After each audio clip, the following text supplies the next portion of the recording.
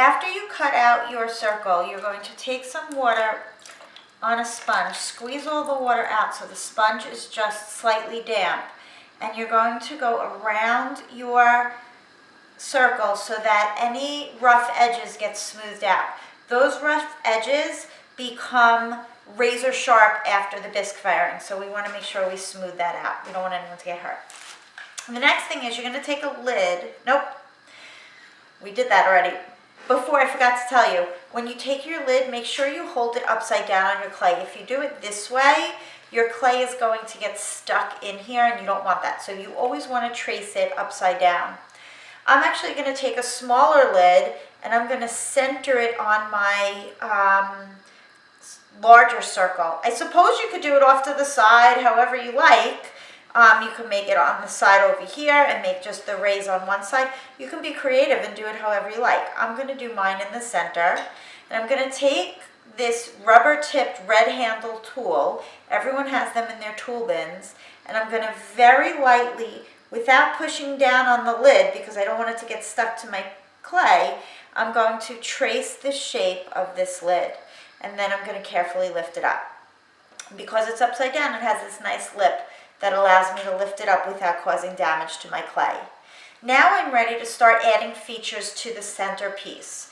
And what you're going to do is use your scrap clay and you're going to make all of your shapes from balls or worms and pinching and pushing the clay to get them to be the forms that you want them to be. So I'm going to start with a circle. So first I rolled a ball. Now I'm pinching it to make a flat circle.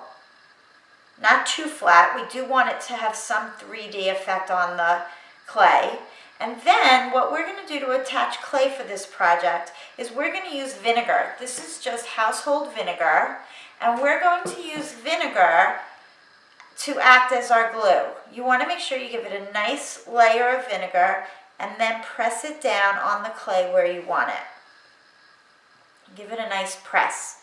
The vinegar is going to act as glue. If you have too much on your hands, you can just wipe it on the placemat. Now, vinegar, normally we would teach you to scratch and attach clay together. But this is going to help us go much faster, and I've learned that it's easier to maintain the shape of the things that you're adding on if you use the vinegar. You don't have to clean up any of the mess from scratching and attaching. So I really like this method. So now I'm going to create another flat circle, and this time maybe I'm going to just want to change the shape a little bit, so I could use my needle tool to cut this circle in half, and maybe I'm going to put that right here. Now, the needle tools are only to be used for cutting. Do not use the needle tool for drawing. This actually is not a drawing project.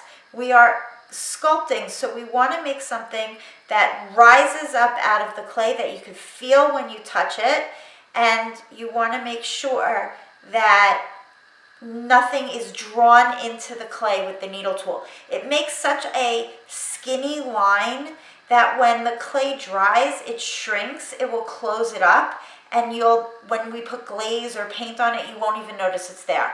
So it's not a good option. So I really encourage you never to use a needle tool for drawing. So now I'm going to keep adding on my pieces, and I'm going to fast forward here a little bit to show you now how I'm going to cut out pieces.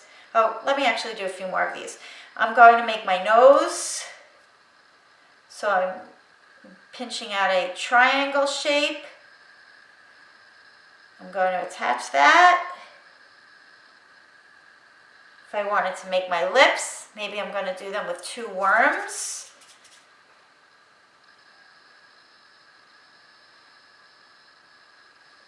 I'm going to do mine off to the side a little bit.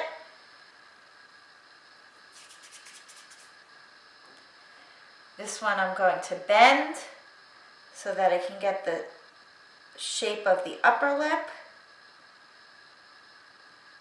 And then I'm going to pinch them together. There I have my lips. I can use this tool to make sure that they get separated in the center. Make sure I smooth it out with my fingers. And then I'm going to show you how to add on to the outside to do the rays. To do them, what you're going to do is you're going to cut a strip of clay that is about the same width as the space you have here. And then what you do is you simply cut that strip into triangles.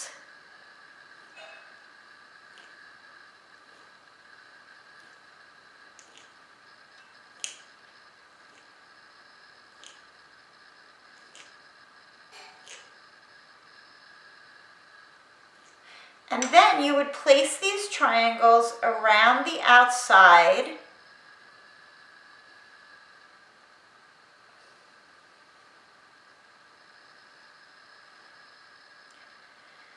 And I'm going to fast forward here to one that I have a little bit further along.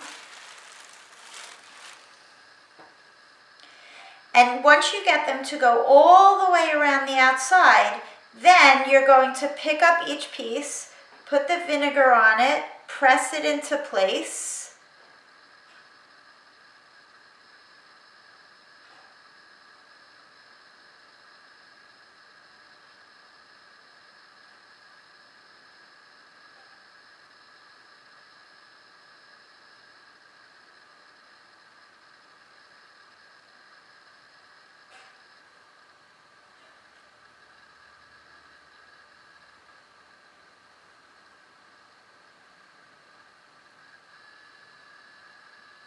That one's already been done.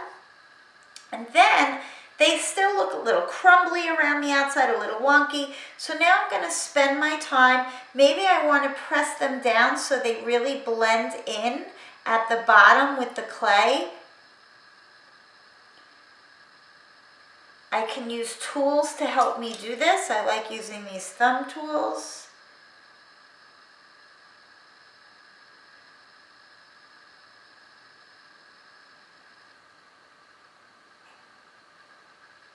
Sometimes in the hard to reach places.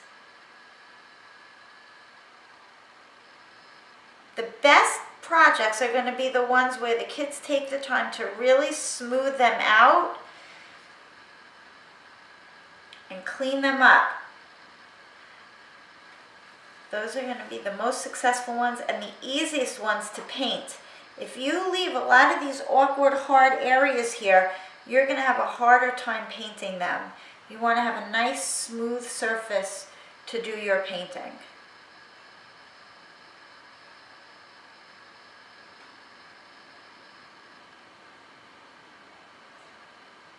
This one you can see that I added a lot more onto the face.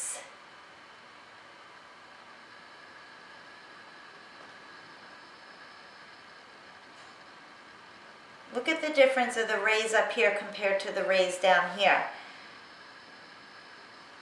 Big difference.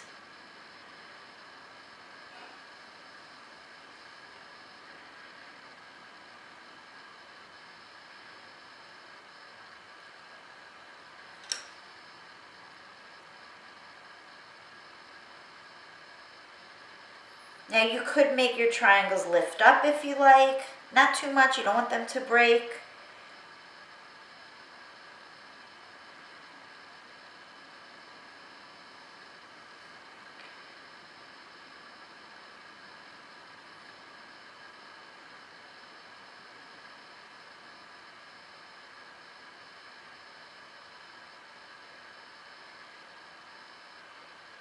So I'm going to keep cleaning. Other things that some kids have done is they then took their needle tool and they cut out the space here, so that way they didn't have that background. I like having the background in mine. It's a personal thing. It's up to you, what you have time for. But I'm spending my time to really soften those edges and clean that up. I could use tools like the back of this tool to make a circle pressed into the clay. Maybe I need a smaller one to be pressed into this side. I can use this tool to help clean up around here. and get it to be the shape that I want it to do, how I want it to look, nice and neat. Never keep working on it. Then your teacher is going to come around and use either a straw or a pen tool or the back of this tool, and you're going to have a hole punched right at the center at the top so we can hang them up. When you're all done, you'll bring it over to your teacher. Your teacher will take a pencil and put your name and room number in the back of your project. All caps. Oh, your room number.